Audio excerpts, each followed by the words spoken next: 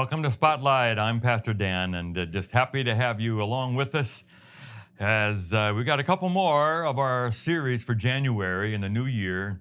But what lessons have we learned from last year that we can share that have been meaningful to me? And these are pretty arbitrary, just what came to mind as I sat down and wrote them out. They asked me to come back to my old church from 30 years ago and pastor it for a few weeks this year. We love this place. We love the people, we love the church, we love the town, the village, we love it.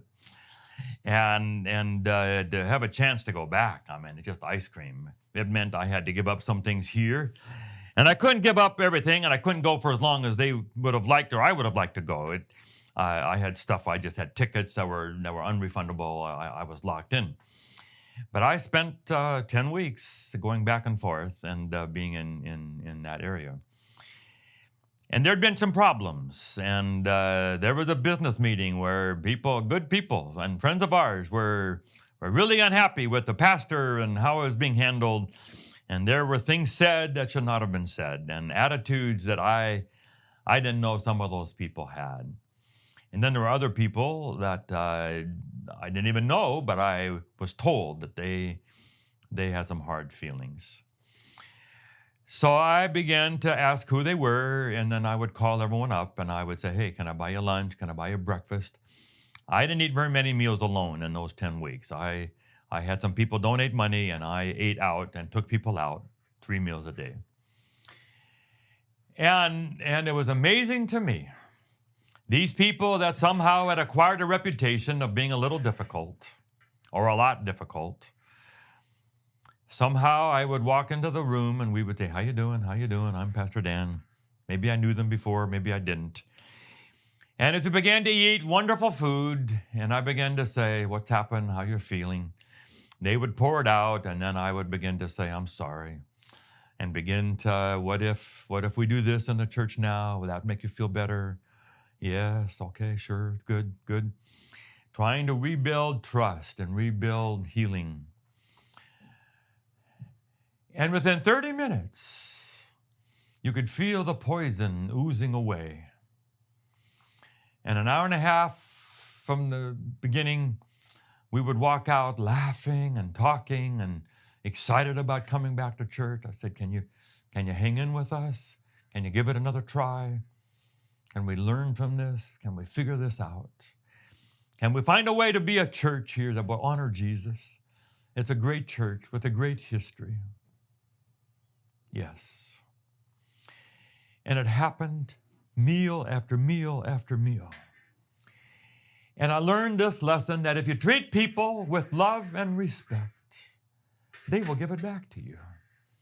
If you assume the best about them and you treat them based upon that they're good people who mean well, who love the church and want it to be great, they will rise to that. And pretty soon, they began to be voices for getting our church together again. There wasn't one really loud, bickering moment again for those 10 weeks. I'm not perfect, for sure. But we went a long ways. But in my personal relationship with those people, there was love and joy and hugging, bonding. And I learned a lesson. We don't have to treat people the way we've heard about them. We don't have to treat people in what we see or what we think they do or whatever else. Why do that? Jesus doesn't do that with us. He treats us as if we were covered by the blood of Jesus.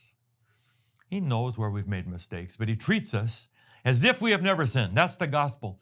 That's what it means to be justified and be saved by grace. Steps of Christ, page 62, as if we have not sinned. That's what it means. And if we'll treat people with love and grace, listen to them, celebrate them, ask them what their dreams are for the church. What would you like to see? What would you do if you were in charge? And people's eyes begin to flash and they begin to talk. And I say, let's go do it. Let's do it. We can make that church. Why not? And And I'm going to try to live by that the rest of my life. And I encourage you to get that lesson with your kids or your husband or your wife or neighbors down the street or the people you work with or the boss. I know it's not easy sometimes when you have been mistreated and that thought is in your mind all the time. But it is amazing what happens when we treat people as if that never happened. How they begin to respond and say, looks like I'm not going to be in trouble anymore with these people. Most people have a lot of goodness in them. And if we will touch that and reach out for that and bless that and honor that and treat them as if that is what they all are, their whole person is that, we will get that mostly back. And think what that would mean to churches all over our country and world if we would just treat each other as if they were Jesus. That's what the Matthew 25 says. Anyway, it's a new year. We wipe the slate clean and begin to treat people with grace and love and listening and just see what God might do with that. Maybe it'll turn your church around, your family, your workplace. And God does that kind of magic. This is Spotlight. We'll do one more on this series. Hope you'll be there. God bless.